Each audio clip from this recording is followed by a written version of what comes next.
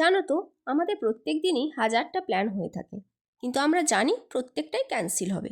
এবার এই হাজারটার মধ্যে বাই চান্স যদি একটা সাকসেসফুল হয়ে যায়, তো আর কি, মজাটাও কিন্তু সেই লেভেলের হয়।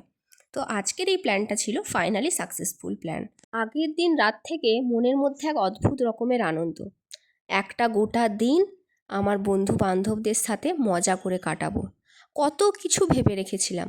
ফাইনালি দিনটা কি করে যে কেটে গেল বুঝতেই পারলাম না। ভোরবেলা থেকে আমার বর আর তার বন্ধুরা মিলে পার্কে গিয়েছিল। যেহেতু আমার দুটো বান্ধবীর ছোট ছোট বেবি আছে, তাই তারা আর বাইরে কোথাও যাওয়ার প্ল্যান করেনি। আমাদের এই ফ্রেন্ডস পিকনিকটা হয়েছিল বিদ্যাসাগর পার্কে।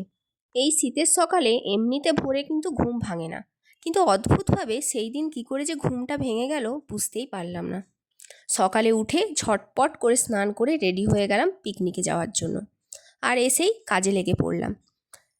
মেনুতে আমাদের ছিল প্রথমেই মশলা মুড়ি, যেটা আমরা একসাথে সবাই মিলে আনন্দ করে মাখিয়ে খেয়ে নিলাম।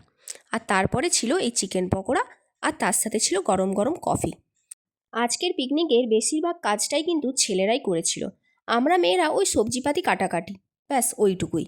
পুরো রান্না বান্না, বাসন ধোয়া মাজা, ইচ অ্যান্ড এভরিথিং সব কিন্তু করেছে ছেলেরা। একটা দিন ছুটি পেয়েছি, সেটাকে এনজয় না করলে হয়? বর্তমান জীবনে মানুষের এত বেশি সমস্যা, এত বেশি কর্মব্যস্ততা, এই ছোটোখাটো সাকসেসফুল প্ল্যানগুলো না হলে বোধহয় সম্পর্কগুলো এতটা দৃঢ় থাকতো না। টিফিন পর্ব তো আমাদের মিটে গেল, এবার চললো একটু নাচ গান মজা ইয়ার্কি। আর এদিকে চলছিল মেন কোর্সের প্রিপারেশন পর্ব। মেন কোর্সে আমাদের ছিল ফ্রাইড রাইস, চিকেন কষা, তার সাথে ঝুরি আলু ভাজা, পাঁপড়, চাটনি, মিষ্টি। Simple but too good. এইটুকু টাইমের মধ্যে এটাই আমাদের কাছে অনেক। আসল হলো আমাদের কাছে মজাটা, সবাই মিলে গোটা একটা দিন কাটানো, এটাই আমরা চেয়েছিলাম। আমাদের পিকনিকের এটা হলো সবথেকে ছোট্ট মেম্বার, যাকে নিয়ে কিন্তু আমাদের দিনটা বেশ ভালোই কাটলো। পার্কের পাশেই ছিল আমাদের কংসাবতী নদী, তাই এই রোদেই সবাই মিলে হেঁটে হেঁটে চলে এলাম নদীর কাছে। এসে যদিও দেখি নদীর কন্ডিশন খুবই খারাপ, তাই ফিরে এসে দেখি এদিকে আমাদের চিকেন কষা রেডি। আর এই যে এটি হলো আমাদের আজকের মেন কুক।